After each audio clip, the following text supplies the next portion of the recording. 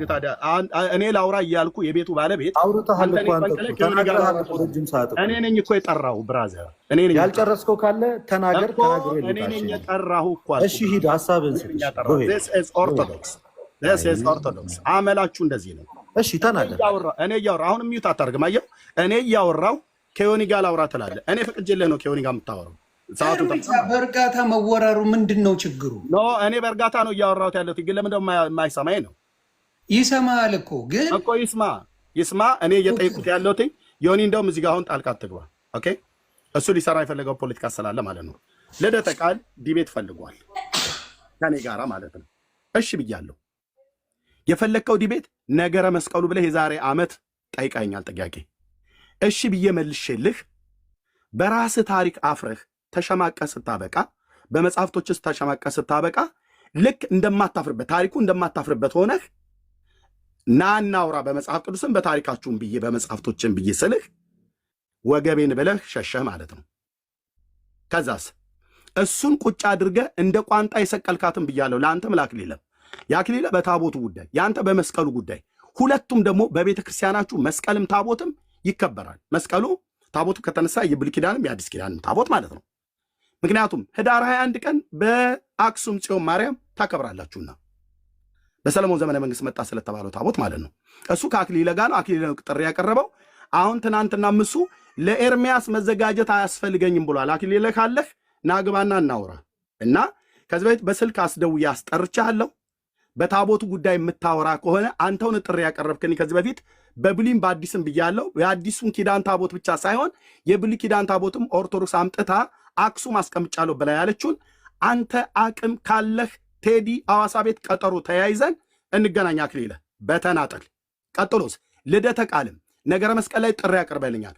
ሁለታችሁም በተናጠል ያቀረባችሁትን ጥሪ ውድቅ አድርጋችሁ ወገብ አገዳችሁ እንደሚሰበር ስለምታውቁ በሱ ጉዳይ መተ ነገረ ድነት በለብተ ላይ ስቄ አልፍባለሁ። ነገረ ድነትን መወያየት እየፈለግኩ አስቀድማችሁ ግን እናንተ ያቀረባችሁልኝን ጥሪ ተቀብያችሁ ውድቅ አድርጋችሁታል።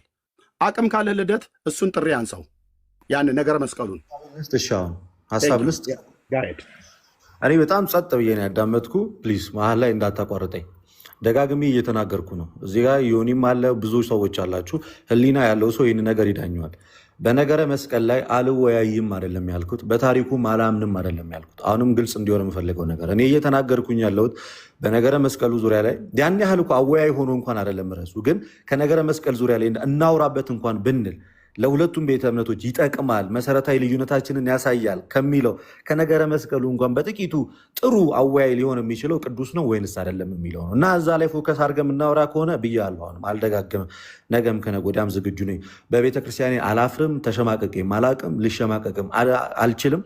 ምን ያህል የሚያኮራ ትምህርት እንዳላት በዚህ በ4 ዓመት ውስጥ ካደረግኩት ውይይት ማሳየት ይችላል። እሱ ማውራትም አይጠበቅብኝም። ግን ለመጀመሪያ ጊዜ ይመስለኛል ዮናስም እየሰማኝ በነገረ ድነት ዙሪያ ላይ ያለህን ገድላት ሰብስበ መተ እንወያ ያልኩት የመጀመሪያው ሰው እኔ ነኝ። ይህን እድል ብትጠቀምበት የተሻለ ነው ብዬ አስባለሁ። እውነቱን ለመናገር ይሄ እድል ምናልባት በሌላዎቹ ሰዎች ያላገኘው እድል ሊሆን ይችላል። እናም ብዙ ሰዎችንም አስተማሪ ሊያደርግ ይችላል። ከዛ የተነሳ ነገረ ድነት ማለት በእኛና በእናንተ መካከል ያለ እጅግ በጣም ትልቅ መሰረታዊ ትምህርት ነው። ልዩነታችንም የሚያጠነጥነው እዛ ጋር ነው። የነገረ መስቀሉን ጉዳይ በቃ ነግሬሃለሁ።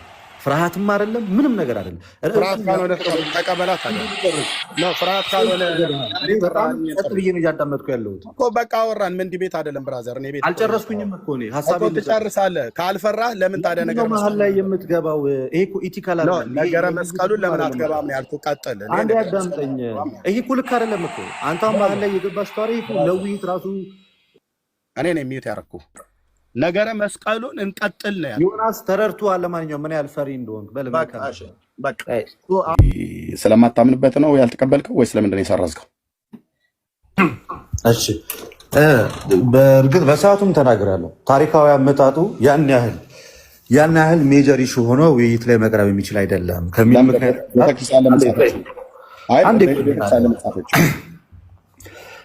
እኔ ዮናስ ገብቶ ተደማመጡ ካለ ሰዓት ጀምሮ ጸጥ ነው እያልኩ ያለሁት። ቤተክርስቲያን ለምን ጻፈችው? እኮ ስናገር ዝም ብለኛ እኔ ካልጨረስክ አውራ ሚውት ላድርግልህ። ካልጨረስክ ጥያቄ ነው የጠየቅኩት እኮ ለመመለስ አንተ እኮ መስማት አለብኝ። ፈለግከው አይመልስልም። እሱ በገባው በተረዳው ነው የሚመልሰው። እኔ በሚፈልገው መልስልኝ አላልኩትም። ይኸው ታሪካዊ አመጣጡን ለምንድን ነው ስላላመንክበት ነው ወይስ በታሪካዊ አመጣጡ ድርሳነ መስቀልን መጽሐፍትና መጽሐፈ ጤፉትን ስንክሳርን ጨምሮ ስለማታምንበት ነው? ይሄንን ኢንክሉድድ አድርጌ በዚህ አልወያይም ያልከው ወይስ በምንድን ነው ያልኩት? ይኸው ሰማኸኝ። እሱ አሁን ይመልስ። ቴንክ ዩ ሶ ማች አመሰግናለሁ። ስላላመንኩበት አይደለም አልወያይም ያልኩት። ከእያንዳንዱ ከትንንሽ ታሪኮች ጀምሮ እስከ ላይ ያለው ድረስ ስለማላምንበት ሳይሆን አልወያይም ያልኩት ይሄ ከታሪካዊ ግኝቱ ጋር እዚህ ገባ እዚህ ወጣ የሚለው ያን ያህል ቤዚክ ኢሹና አወያይ ኢሹ ስላልሆነ ቤዚካሊ በመስቀሉ እምነት ዙሪያ ላይ ያለን መሰረታዊ ነገር መስቀሉ ቅዱስ ነው የሚል ነው። አንተም ትኩረት ስታተኩረ ስታወራ የነበረው ለሌሎቹም ሰዎች ይጠቅማል። በተለይ በሁለት በተለያዩ ቤተ እምነቶቹ ስላለው የታሪካዊ ሁኔታው ሳይሆን የሚጠቅመው ቤዚካሊ ቅዱስ ነው ወይንስ አይደለም የሚለው ስለሆነ እሱ ላይ ፎከስ አድርገን እንወያይ የሚል ሀሳብ ኖሮኝ ነው እንጂ ታሪካዊ አመጣጡን አልቀበልም ከሚል ሀሳብ እንዳልሆነ ግልጽ ይሁን።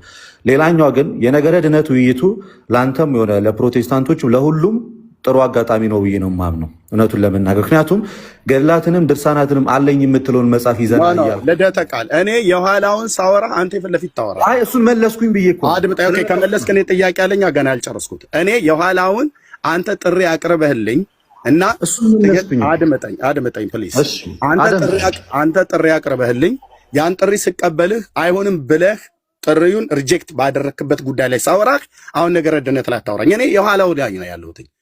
አንተና አክሊለ ከኔ ጋራ ነገረ ድነት ላይ የምታወሩ ከሆነ እቀበላችኋለሁ። ግን እቀበላችሁ አስቀድማችሁ አንተም አክሊለ በታቦቱ አንተ በመስቀሉ ብለህ ያቀረባችሁልኝ ጥሪ አለ። አንሱት። እኔና እናንተ በየተናጠል ሜዳው ላይ እንገናኝ። ከዛስ ነገረ ድነት እናወራለን። እሱን ግን ባላነሳችሁበት እሱን ታሪኩን የማላፍርበት ታሪክ ነው ብለህ ካልክ እሱን ታሪክ እኔ ፊት ቴዲ ቤት እንገናኝ። ፍቃደኛ ከሆንክ ነገረ መስቀሉን ቅዱስ ነው ቅዱስ አይደለም በብሉይ በአዲስ እንዲሁም ቤተክርስቲያኒቱ በጻፈችው መጽሐፍቶች በሙሉ በድርሳነ መስቀል፣ በመጽሐፈ ጤፉት፣ በስንክሳር፣ በመስተብቁ ዘመስቀል በየትኛውም ካህናት በሚያዜሙት በማያዜሙት በየትኛውም ላይ እኔ እናንተ እንገናኝ። በቤተክርስቲያን ታሪክ ካላፈርክ በመጽሐፍቶች ካላፈርክ ይኸው ተቀብያለሁ ድጋሚ ማለት ነው። እሱን ግን ቁጭ አድርገህ እሱ ይቅር እሱ የኋላ ነው ብለህ አሁን በየጊዜው ነገረ ድህነት ላይ ኤርሚያስን ጠርቼው አፈረ ፈራ ብላችሁ ምትሉት ቆይ ልንገርህ ኤርሚ፣ እዚህ ጋር እኔ ጥያቄ ስላለኝ ነው። አንድ ሰው ይሄን ነገር ከተወ ምን ማለት ነው በአንተ ትርጓሜ? ኤርሚ እንጂ ቆይ ዮኒ ከተወ አፍሮበታል። ስለዚህ ሌላ ጥሪ ማቅረብ የለበትም። አፍሮበታል። 4 ነጥብ። ሌላ ጥሪ ደግሞ ይመጣል። ኖ ያፈረበት ለምንድን ነው? ታሪኩ በቤተክርስቲያን ውስጥ የሚታወቅ ታሪክ ነው። በቤተክርስቲያኑ መጽሐፍት ነው። ስለዚህ ምንድነው የሚፈልገው እሱ? እስቲ እኔ አንድ ሰው ለምሳሌ አሁን ለምሳሌ በነበረው ነገር ላይ በእንትና ማየት እንችላለን። በወንድማችን በደሜ ገባ ሲቶ ምን ማለት ነው በአንተ መረዳት? ሰዎች ናቸው አስተውት። እሱ እኮ አልተውም አላለም። ኖ እሱም ሲያስበው እንደማይችል ስላወቀ 4 ነጥብ። እኔ በዛ አምናለሁ። እኔ አንድ ሰው የሆነ ጥሪ አድርጎልኝ ኤርሚሻ ስማኝ፣ አንድ ሰው በሆነ ነገር ላይ ልወያይ ብሎ ካለኝ በኋላ ልወያይ አለኝ፣ ያንን ነገር አልፈልግም ትቼዋለሁ ካለኝ I understand what it means። በቃ ገባኝ፣ ተረዳው። ገባ? እንደዛ ውሰደውና እኔ እንደምለው ማለት ነው። ሌሎቻችንም ዮኒ ያልገባህ ነገር አለ አልወስደውም። አንዴ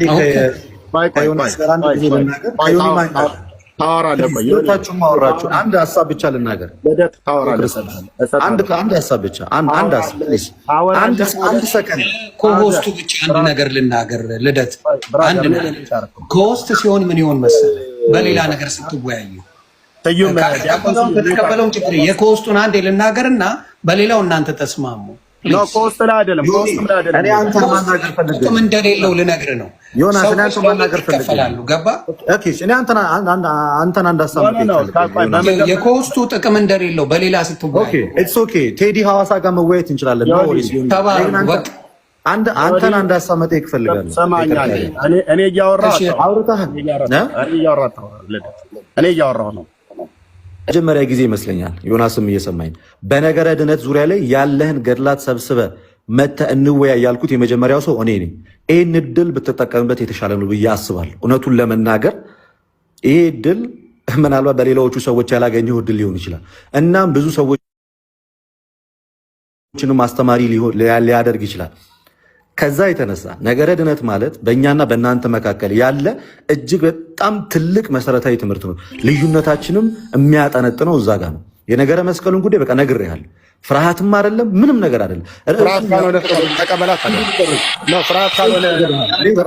ብዬ ነው እያዳመጥኩ ያለሁት እኮ በቃ አወራን። ምን ዲቤት አይደለም ብራዘር። እኔ ቤት አልጨረስኩኝም እኮ እኔ ሀሳቤን ትጨርሳለህ። ካልፈራህ ለምን ታዲያ ነገር መሀል ላይ የምትገባው? ይሄ እኮ ኢቲካል አይደለም። ነገረ መስቀሉን ለምን አትገባም ያልኩህ። ቀጥል። አንዴ አዳምጠኝ። ይሄ እኮ ልክ አይደለም እኮ አንተ መሀል ላይ የገባህ ስታሪ እኮ ለውይይት ራሱ እኔ ነኝ ሚዩት ያደረኩህ።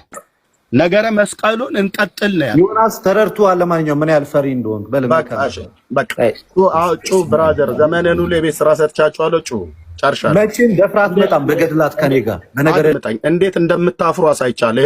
ነገሮች አስቀምጬልኝ እና በእነዚህ ነገሮች ላይ ፈቃደኛ ከሆንክ ጊዜና ሰዓት ቆርጠን ሰዓት ወስነን በኮስ መወያየት እንችላለን። ቴንኪው